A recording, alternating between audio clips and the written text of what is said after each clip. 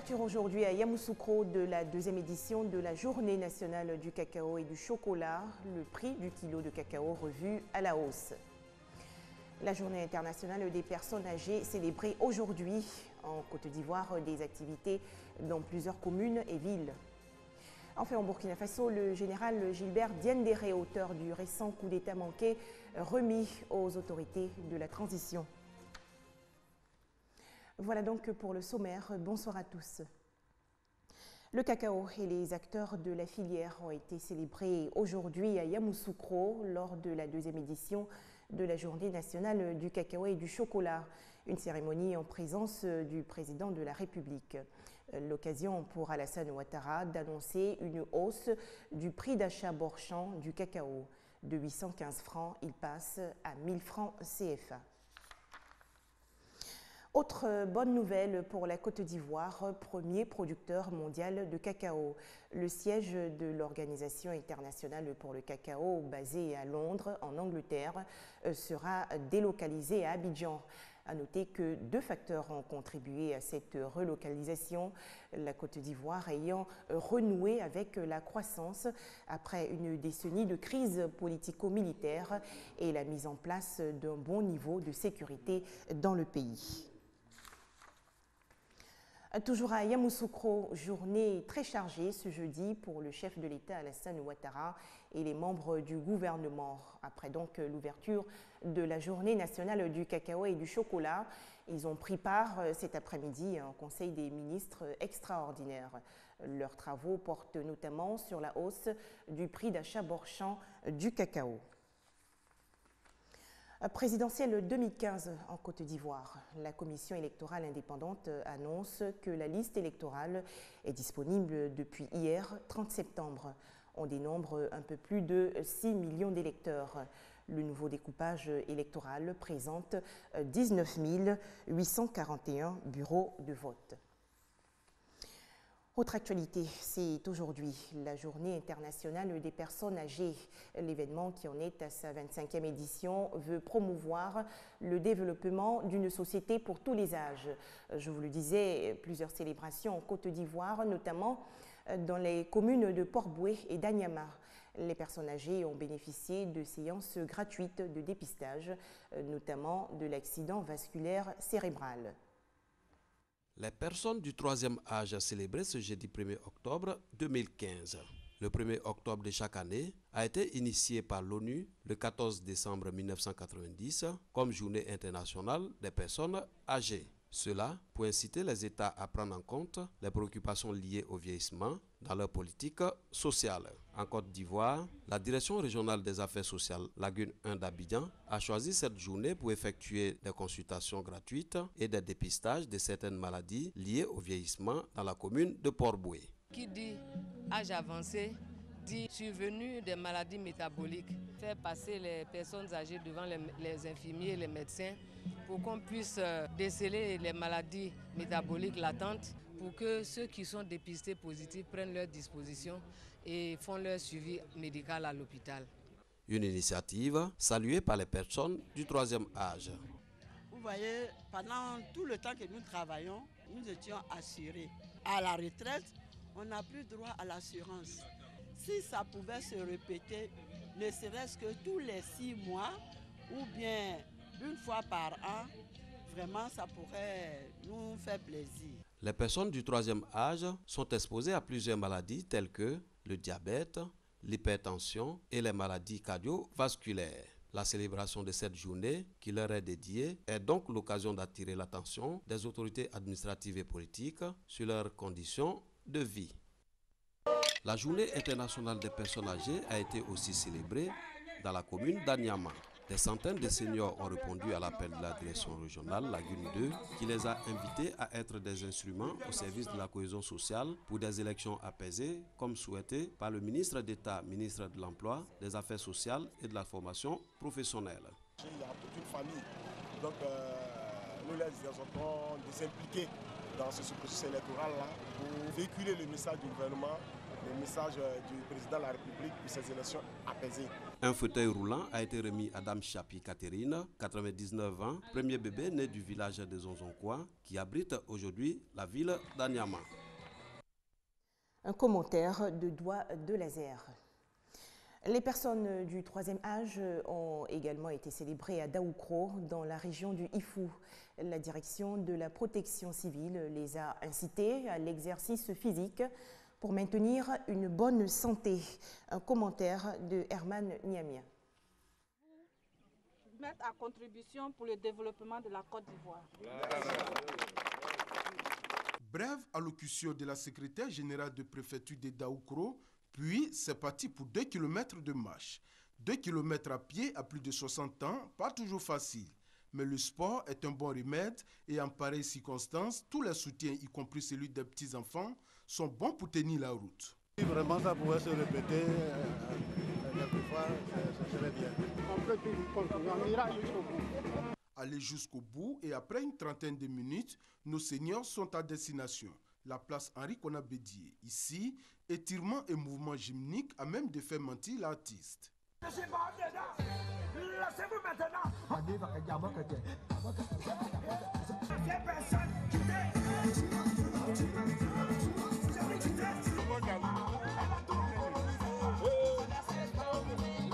Les journées dédiées aux personnes âgées se tiennent cette année dans le Ifou. Au-delà de cette journée sportive, il s'agit pour les autorités de leur redonner dans la société la place qui est la leur. Quand on atteint cet âge-là, ce n'est plus les médicaments, c'est plutôt le sport. Le sport, quand on le fait régulièrement, ça permet d'éviter les maladies de vieillesse, comme on le dit, la tension, le diabète, même le cancer. L'État de Côte d'Ivoire réaffirme son engagement à soutenir les personnes âgées. Vous savez que ces personnes ont été au cœur du développement de toutes les nations. C'est la seule occasion qui permet de célébrer officiellement et de manière visible les personnes âgées que nous appelons affectueusement seniors. Cette 25e édition des Journées des personnes âgées, débutée le 25 septembre dernier, vont s'achever le 8 octobre prochain. Outre le sport, ces personnes âgées seront dépistées gratuitement des maladies du troisième âge. En image à présent, une toute autre célébration. La Journée mondiale du cœur a été commémorée le 29 septembre dernier. On le sait, les maladies cardiovasculaires constituent la première cause de mortalité dans le monde. En Côte d'Ivoire, c'est la ville de Toumoudi, dans la région du Bélier, qui a accueilli la célébration officielle de la Journée mondiale du cœur. Toujours en Côte d'Ivoire, plus de 5 millions d'enfants de 0 à 5 ans seront vaccinés contre la poliomyélite. C'est le début des journées nationales de vaccination contre cette maladie. La campagne commence demain, vendredi 2 octobre, et tous les parents sont invités à faire vacciner leurs tout-petits. Les explications de Kadi Fadiga Fofana.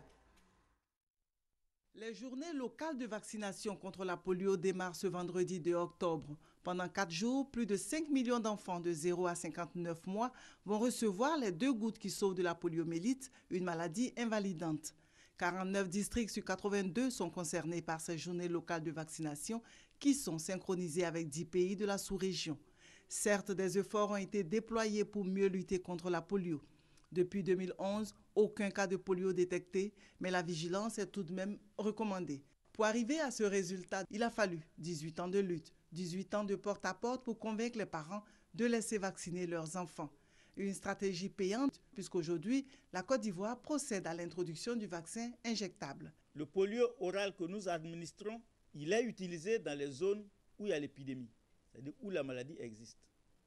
Maintenant que la maladie n'existe plus, nous allons donc maintenant de façon progressive sortir le polio oral et utiliser le polio injectable, parce que nous ne sommes plus en période d'épidémie. L'espoir pointe donc à l'horizon. Dans les années 80, sur une population de 1000, on comptait 4 enfants paralytiques. Aujourd'hui, on compte seulement 2 sur une population de 100 000. Et bientôt, on comptera 0. Nous serons donc au rendez-vous de l'émergence avec des bras et des pieds valides, parce que nous aurons sorti la polio de la Côte d'Ivoire. Lors de ces journées locales, en plus du vaccin oral, les enfants recevront de la vitamine A et du déparasitant. Un tout autre sujet à présent. Le ministère des Affaires sociales et la Caisse nationale de prévoyance sociale veulent organiser et dynamiser le secteur informel. Et pour atteindre cet objectif, ces deux institutions ont organisé récemment une journée de sensibilisation. Cette rencontre va permettre la transition de l'économie informelle à l'économie formelle. La propreté au sein des écoles en Côte d'Ivoire. Le ministère de l'Environnement, de la Salubrité urbaine et du Développement durable en fait son leitmotiv. L'Agence nationale de la salubrité urbaine, ANASUR, et la direction de la vie scolaire, DDS, ont initié un concours à cet effet. 56 écoles de direction régionale de l'éducation nationale rivaliseront pour maintenir leur cadre sain. Cette édition porte sur le traitement biologique des déchets. À l'issue du concours, nous aurons 4 lauréats, à savoir les 2 premiers du primaire et les 2 premiers du secondaire. Donc ces 4 écoles vont être formées au traitement biologique des déchets. L'hygiène est une question très importante vu que Madame le ministre, par arrêté ministériel, a demandé que les clubs hygiène-santé soient obligatoires dans les établissements. Donc l'hygiène est un maillon essentiel de la vie des populations, de la vie des enfants. Le concours dénommé Balai devant ta porte s'est ouvert au lycée Mami Féter de Bingerville. Il vise à un changement de comportement des populations et particulièrement des élèves en milieu scolaire. C'est une activité majeure et très importante pour nous qui dirigeons des écoles de filles. Parce que la formation des filles ne doit pas être seulement pédagogique, mais ça doit être une formation à tous les niveaux. Donc si déjà des futures épouses peuvent avoir la culture de la propreté, c'est déjà une bonne chose. Ouvert ce 1er octobre, le concours Balai devant ta porte prendra fin le 17 décembre prochain avec la proclamation des résultats. En France également, des mesures drastiques pour préserver l'environnement. À partir de ce jeudi 1er octobre, jeter un mégot dans la rue à Paris va coûter aux fumeurs pressés la somme de 68 €, soit plus de 40 000 francs CFA. Mauvaise nouvelle pour les fumeurs parisiens. Jeter son mégot dans la rue sera désormais sanctionné d'une amende de 68 € contre 35 € auparavant. Selon la mairie de Paris, 350 tonnes de mégots sont ramassées chaque année dans la capitale. Plus loin en Inde, sous la pression de la communauté internationale, on s'active à quelques semaines de la conférence Paris Climat 2015. Le pays, 3e émetteur mondial de gaz à effet de serre, développe un programme de parcs de panneaux solaires. Sous le soleil du Rajasthan, du nouveau. Des milliers de panneaux solaires flambant neufs, symbole de l'appétit indien pour l'énergie renouvelable. Le gouvernement a décidé de renouveler les anciens panneaux du pays. Des mesures comme des allègements de taxes sont aussi proposées aux entreprises qui voudraient se lancer dans cette industrie naissante. Tout le monde avait peur de se lancer dans le solaire. Personne n'était prêt à le faire. Parce qu'à l'époque, cette technologie était très récente. On ne savait rien, on n'avait aucune donnée. C'est pour ça que nous nous sommes lancés et c'est devenu une bonne opportunité. Avec plus de 300 jours d'ensoleillement par an, le potentiel en Inde est immense. Le Premier ministre Narendra Modi a fixé l'objectif de fournir des millions d'habitants en électricité et réduire les pannes fréquentes. Le Premier ministre a fait passer les objectifs de 20 000 MW à 100 000 MW, une multiplication par 5 de ces objectifs. L'Inde ne le fait pas sous la contrainte ou quoi que ce soit.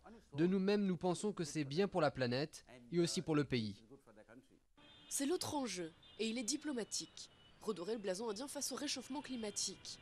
À quelques mois de la conférence sur le climat à Paris, l'Inde est en retard. 3e nation la plus polluante, son énergie est générée à 60% par du charbon. Le charbon peut être une solution temporaire, mais il ne fait aucun doute que nous devons continuer à investir dans les sources d'énergie renouvelables. Et tout en faisant ça, nous devrions en même temps réduire notre dépendance à la production d'électricité reposant sur des énergies fossiles. Pour l'heure, les sources d'énergie durable sont loin de détrôner le charbon. Des parcs comme celui-ci nécessitent d'importants financements et des technologies de pointe. En attendant, le gouvernement a déjà prévu de doubler sa production domestique de charbon d'ici à 2020. Au Burkina Faso, le général Gilbert Diendéré a été remis aujourd'hui aux autorités burkinabées. L'auteur du coup d'État manqué du 17 septembre dernier avait trouvé refuge à la nonciature du Vatican à Ouagadougou. Merci à vous tous qui nous avez suivis. Je vous souhaite une très belle soirée sur RTI2.